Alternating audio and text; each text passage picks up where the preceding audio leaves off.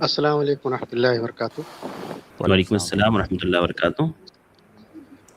شیخ، اس کے سجدہ سہو کے بارے میں کافی وضاحت مل چکی ہے، لیکن مجھے پوچھنا یہ تھا کہ جیسے احناف ہیں جو سجدہ سہو جس طریقے سے کرتے ہیں، تو کیا ان کی اقتدا کریں گے؟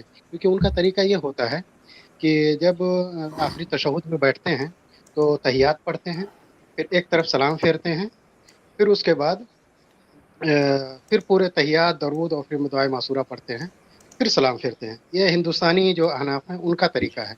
اور جو بعض احناف جو گلف کے ہیں، وہ لوگ پورا تشہد اور درود اور دعائے معصورہ پڑھنے کے بعد ایک طرف سلام پھیرتے ہیں، پھر سجدہ سہو، پھر سجدہ سہو کر کے سلام پھیر دیتے ہیں۔ تو کیا ان کی اقتدا اس دیکھیے، میں ان کو کرنا ہے؟ کوشش تو یہ کرنی چاہیے اس طرح کے اماموں کے پیچھے نماز پڑھنا ہی نہ پڑے، جنہیں اللہ کے نبی صلی اللہ علیہ وسلم کی سنت کی پرواہ نہیں ہے، جنہیں اپنے مذہب کی، اپنے امام کی پرواہ ہے، ایسے لوگوں کے پیچھے نماز پڑھنا ہی نہیں چاہیے۔ لیکن اگر کوئی پڑھتا ہے تو میں یہ نہیں کہہ رہا ہوں اس کی نماز نہیں ہوگی، یہ بہت بڑی بات ہو جائے گی، تکفیر تک مسئلہ پہنچ جائے گا۔ تو آپ کوشش کریں کہ ایسے لوگوں کے پیچھے نماز پڑھیں ہی نہ۔ اگر پڑھنا پڑ جائے تو آپ اسی کی طرح سے پڑھیں جیسے وہ پڑھ رہا ہے۔ آپ کتنی جگہوں پر مخالفت کریں گے، آپ خود کنفیوز ہو جائیں گے۔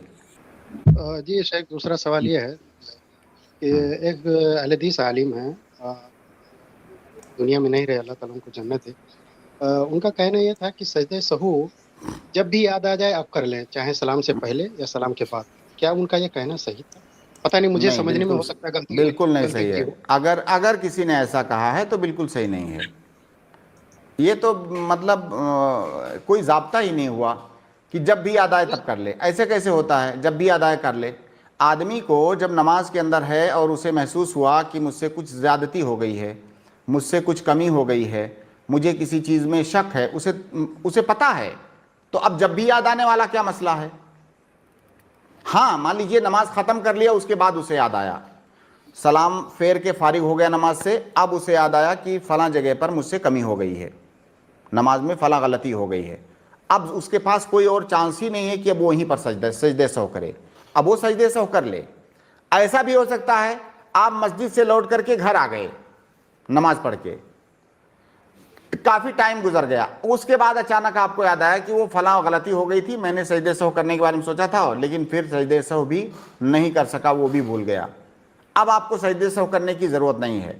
اگر آپ نماز ختم کرنے کے بعد زیادہ فصل نہ ہوا ہو تو پلٹ کے آپ سجدہ سہو کر لیں گے، زیادہ ٹائم ہو گیا ہے تو پھر اس کو بھی چھوڑ دیں گے۔